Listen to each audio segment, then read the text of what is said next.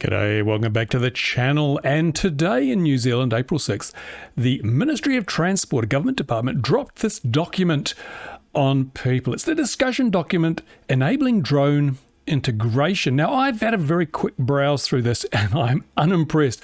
I am totally unimpressed. This document tries to drag New Zealand dragging and screaming into the same mess as the rest of the world. They want to bring in drone registration. They want to bring in remote ID. They want to bring in more rules and regulations and restrictions. Why? Why do they want to do that? And so this document is supposedly providing the justifications for such kind of far-reaching and draconian changes. So you would think that it would be full of facts and useful information. Well, I think the picture on the front probably says as much as anything. Here we go. Look, it is a phantom drone because as we read into this, we see that this is a drone and anything that flies without people in it is a drone. And that's what a drone looks like. So there are no 1.2 metre foam scale models of a Piper Cub. There are no RC helicopters. There are no discus launch gliders in the world of bureaucrats. All drones look like this and pose the same risk and threat to the national airspace and the people who use it. As you will see in this document, I'm not going to go through the entire document in this video. This is just an introduction because I think in one paragraph I can show you just how full of shite this document is and how it should be treated with the contempt it deserves. I'm going to go to page 20. Page 20. And here we have it. This is about reducing airspace incursions because they're telling us airspace incursions, that's drones near airports or controlled airspace, they're a big problem. They're a big problem. Let's read this paragraph 61. It says illegal drone incursions, i.e. unapproved drone activity in controlled airspace, have become a growing concern worldwide over the past few years and have caused numerous airspace closures, e.g. disruptions caused at Gatwick and Heathrow airports in 2019 in the United Kingdom. The drone incursion that disrupted Gatwick for 3 days pre-Christmas cost the airport £1.4 million. Can you see that? This is the one word that completely sets the tone. Gatwick.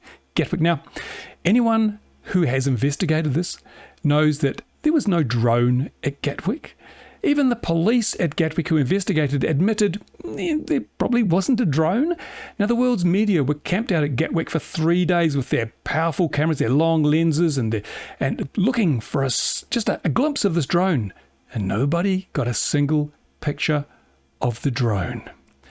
Which is kind of amazing, isn't it? And none of the eyewitnesses even pulled out their phones and got a picture of the drone. There were a few pictures there, but they turned out to be a crane and one of the police drones, but no unauthorized drone was ever found to be associated with Gatwick. They even went out and arrested people with no good cause to try and justify this whole drone thing. No, the Gatwick situation has been thoroughly debunked. So for the New Zealand Ministry of Transport to say this is the kind of thing that forces us to increase regulations and to bring in registration and remote ID just speaks to the dishonesty. It speaks to either the ignorance or the dishonesty of this document. But let's go a little bit further. I'm just going to go up the page a little bit here. And we're talking about these incursions. Now, it says here, number of drone incursions in controlled airspace recorded by airways through reports by air traffic controllers, pilots and members of the public. And if we look back to 2015, there were 33 such incursions. Then it went up to 57, went up to 63, 111 in 2018. But hang on a minute. Then it dropped back to 81 in 2019. And in 2020, it dropped back to 42. So this is a trend that's actually in decline. Without any intervention, the rules haven't changed. Without any intervention, the number of incursions is dropping. Yes, there was COVID in 2020, but it was only 6 weeks here in New Zealand. We only had a lockdown for 6 weeks. And that doesn't explain the drop from 2018 to 2019. Certainly doesn't explain the 50% drop in 2020. So again, they're saying one thing and their figures basically debunk what they're claiming. The figures do not support the claims. So I'm going to go through this document with a fine-tooth comb because I've noticed so many other places where they say one thing, but it's not supported by any facts or evidence. In fact, the facts and evidence point to exactly the opposite conclusion to the one being stated in this document. It is a piece of propaganda.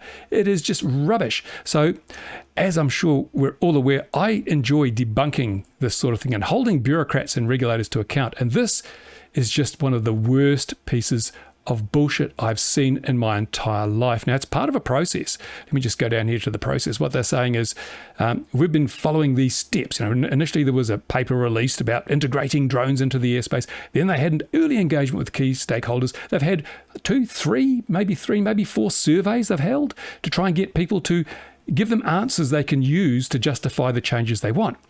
But each survey has not provided the ammunition they need to make the changes, so they keep rolling out more surveys. And in fact, this document goes hand in hand with yet another survey they're rolling out to try and get people to give them answers they can then use to justify these ridiculous changes to regulation, the introduction of stupid things like remote ID and registration, because, to be honest, they don't even understand what remote ID is. It's not just bullshit. It's ignorance. Let's go down here. I was going to make this short, but I will keep it short. But the other thing I noticed very briefly is remote ID.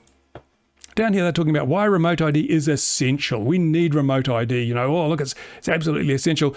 And they give the benefits down here. Here are the benefits. Where are we? And we're talking about the ASTM remote ID, which involves just a few hundred meters of range, and you can pick it up with your cell phone. This is the one that's sort of being adopted or considered being adopted around the world. Here we go. So they're looking at the benefits of remote ID. Yeah, there are benefits apparently. And drone owners and pilots will have the benefit that it will improve situational awareness and it mitigates the risk of collision. No, it doesn't. Remote ID does no such thing. Remote ID doesn't tell the drone operator anything about what's happening around them. It is a broadcast. It broadcasts out their position. It doesn't help them gain increased situational awareness. It's not like ADSB, and it's not like my ADSB alarm, which isn't mentioned here.